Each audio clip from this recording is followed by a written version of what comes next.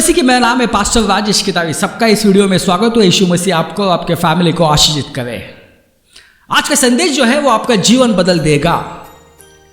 Palm Sunday या खजूर का रविवार, ये दिन का बहुत ही महत्वपूर्ण है क्योंकि इस दिन में जो है एक भविष्यवाणी की पूर्तता हो गई।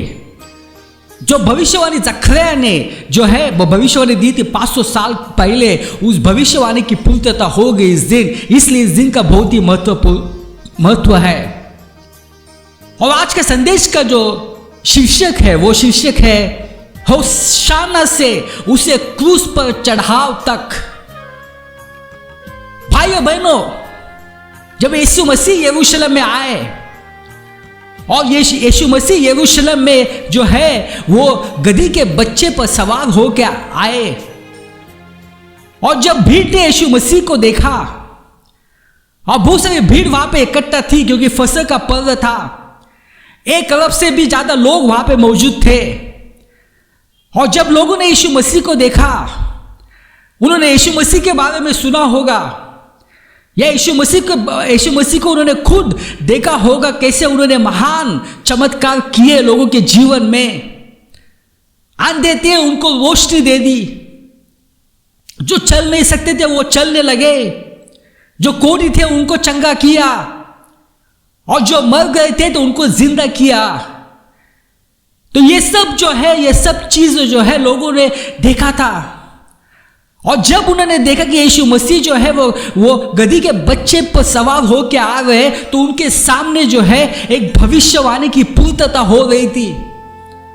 क्योंकि भविष्यवाणी में लिखा था कि आपका जो राजा जो है वो आने वाला है। वो जो है वो गधी पर सवार है। वो गधी के बच्चे पर जो एक श्रमिक पशु है उसके ऊपर वो सवार होकर आने वाला है। और जब लोगों ने देखा तो वो बहुत ही खुश हो गए।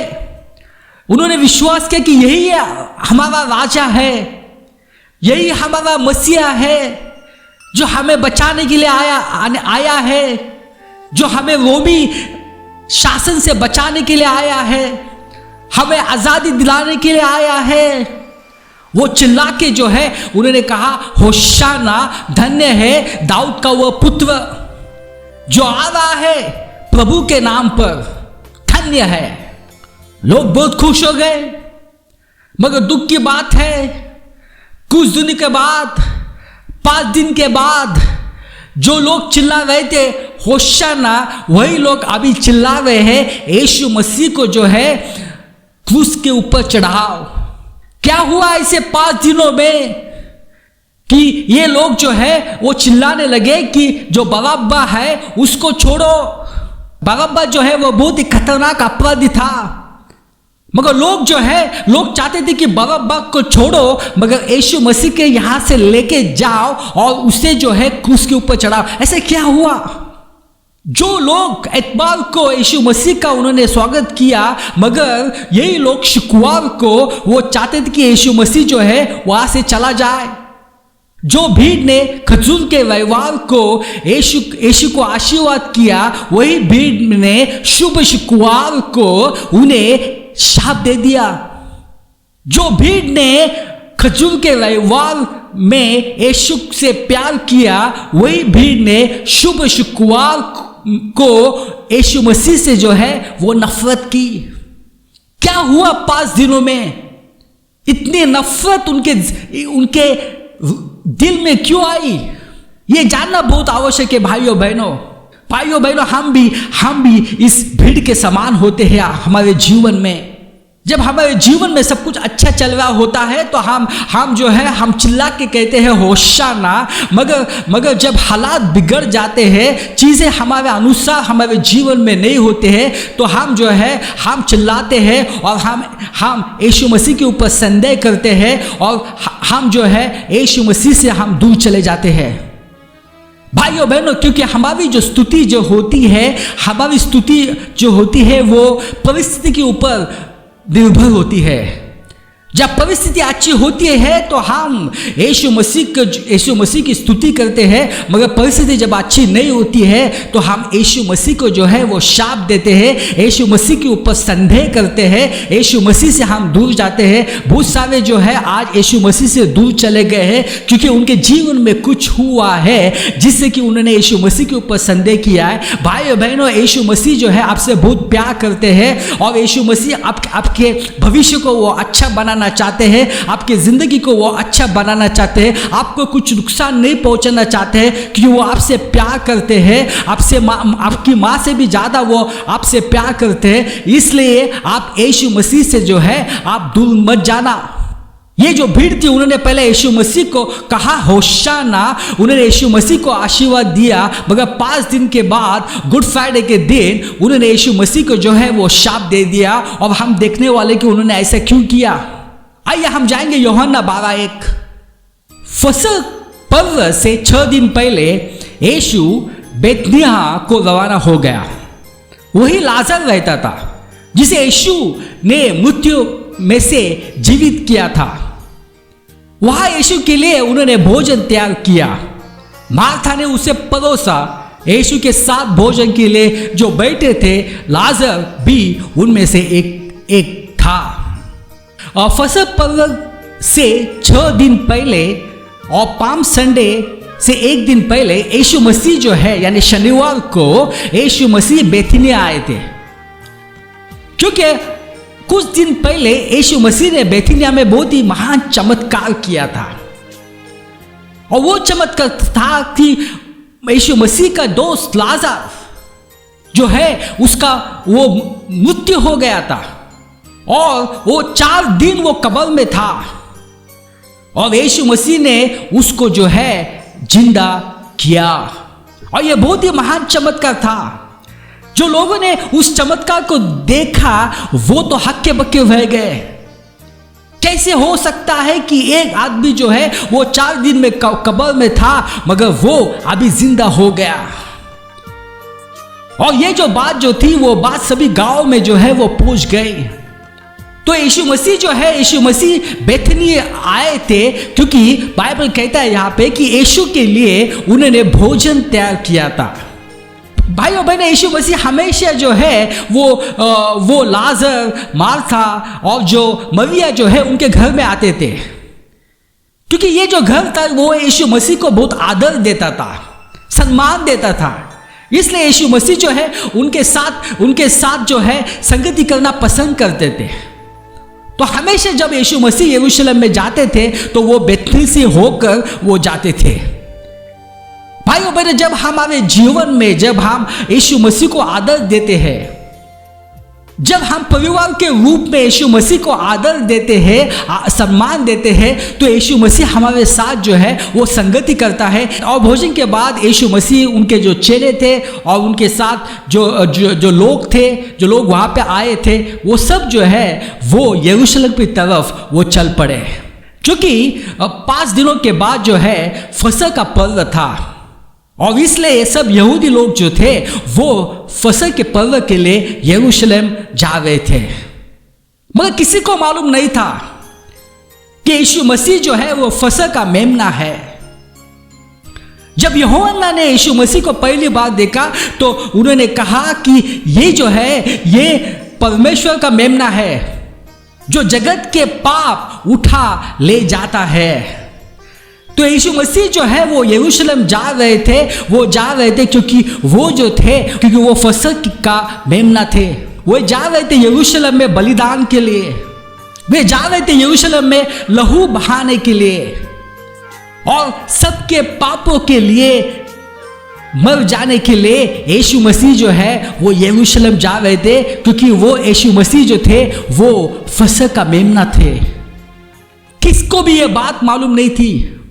उनको लगा कि यीशु मसीह जो है फसह के पर्व के लिए जो है वो यरूशलेम जा रहे हैं, मगर यीशु मसीह जा रहे थे बलिदान के लिए, दुनिया के सब लोगों के पापों के लिए मरने के लिए यीशु मसीह जो है वो यरूशलेम जा रहे थे।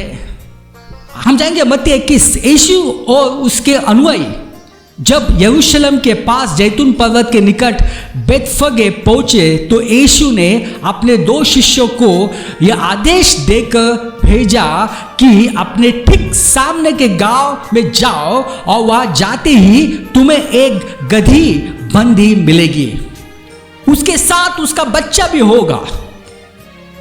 उन्हें बांधकर मेरे पास ले आओ। यदि कोई तुमसे कुछ कहे तो उनसे कहना प्रभु को इनकी आवश्यकता है, वो जल्दी ही इन्हें लौटा देंगे। ऐसा इसलिए हुआ कि भविष्यवक्ता का यह वचन पूरा हुआ।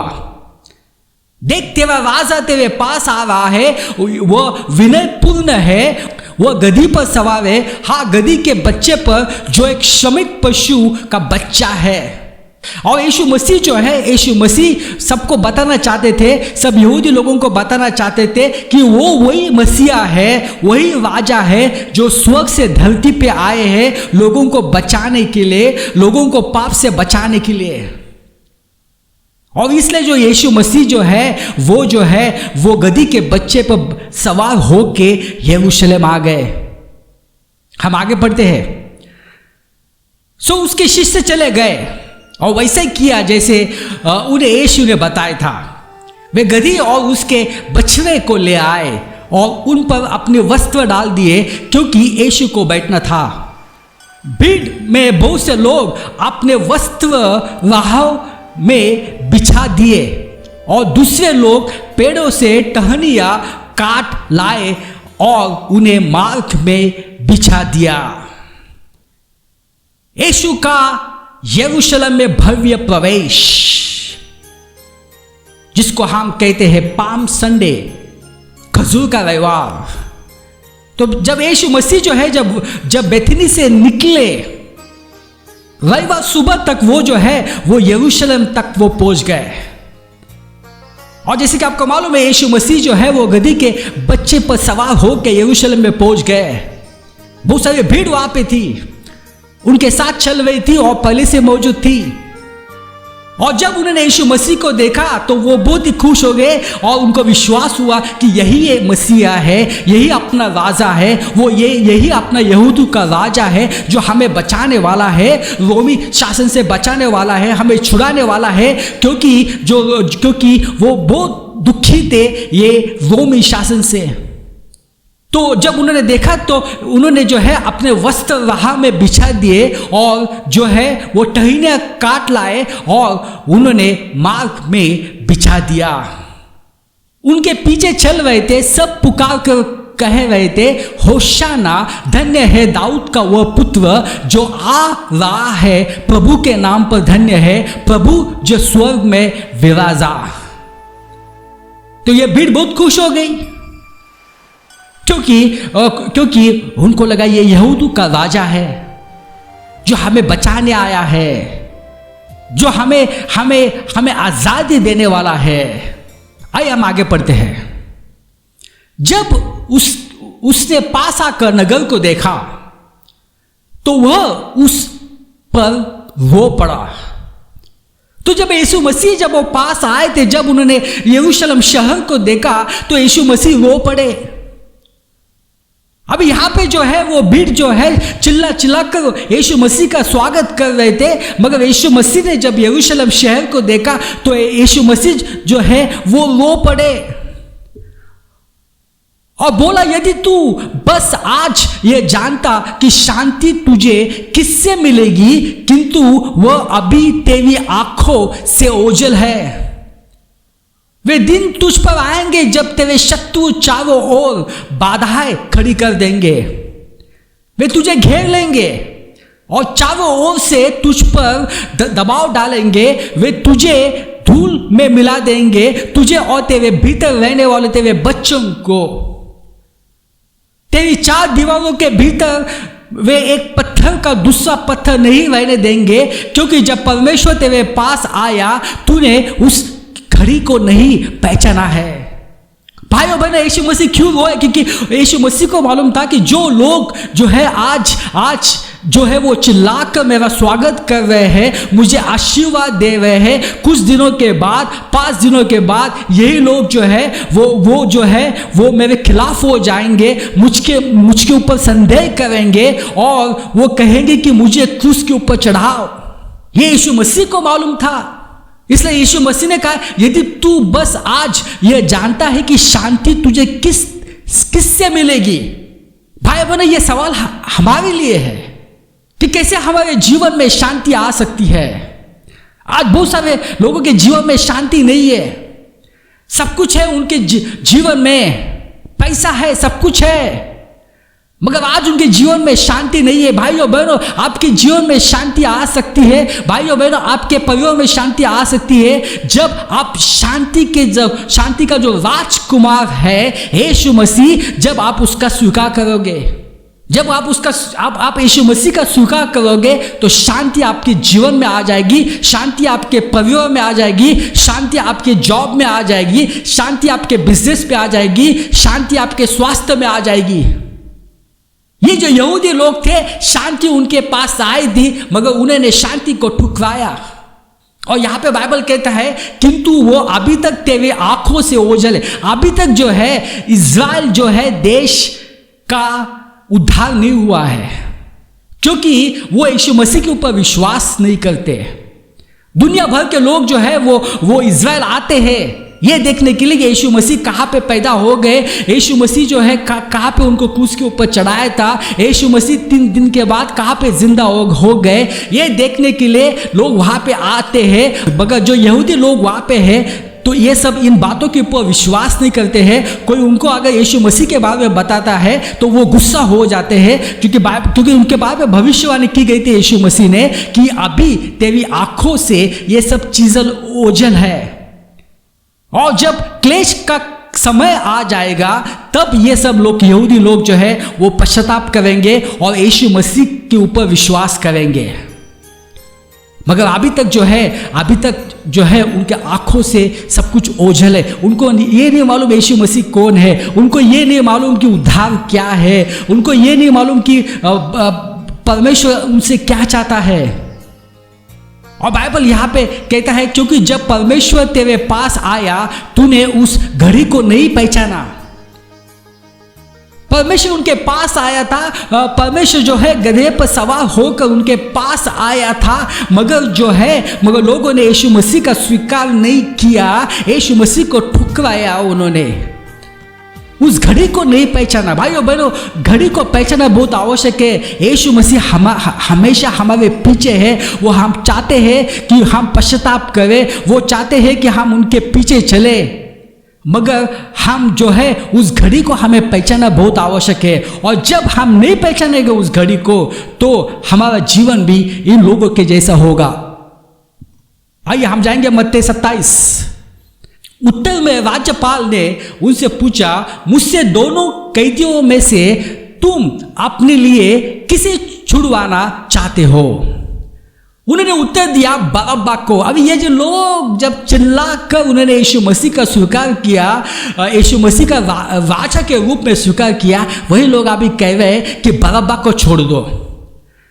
तब पिलातुस ने उनसे पूछा, तो मैं जो मसीह कहलाता है उस यीशु का क्या करूं? वे सब बोले, उसे क्रूस पर चढ़ा दो। क्या बोले? क्रूस पे चढ़ा दो, हमें नहीं चाहिए यीशु मसीह। पहले तो चिल्ला रहे थे, होशाना, हमारा राजा, मगर अभी बोल रहे हैं कि उसे क्रूस पर चढ़ा दो। वो बदल गए। पिलातुस ने पूछा, क्यों? उसने क्या अपराध किया है? किंतु वे तो और अधिक चिल्लाए, उसे क्रूस पर चढ़ा दो। कुछ नहीं चाहिए, यीशु मसीह को लेके जाओ, उसे क्रूस पे चढ़ाओ। वो नफरत करने लगे यीशु मसीह से। आज बहुत सारे लोग यीशु मसीह से नफरत करते हैं। जब यीशु मसीह का जब यीशु मसीह का नाम उनके कानों पे आ जाता है तो वो नफरत करते हैं, चिढ़ जाते हैं।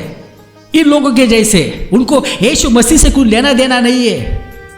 भाइयों बहनों, आज क्या हो रहा है इस दुनिया में? क्या हो रहा है? यूके में क्या हो रहा है? अमेरिका में क्या हो रहा है? यूरोप में क्या हो रहा है?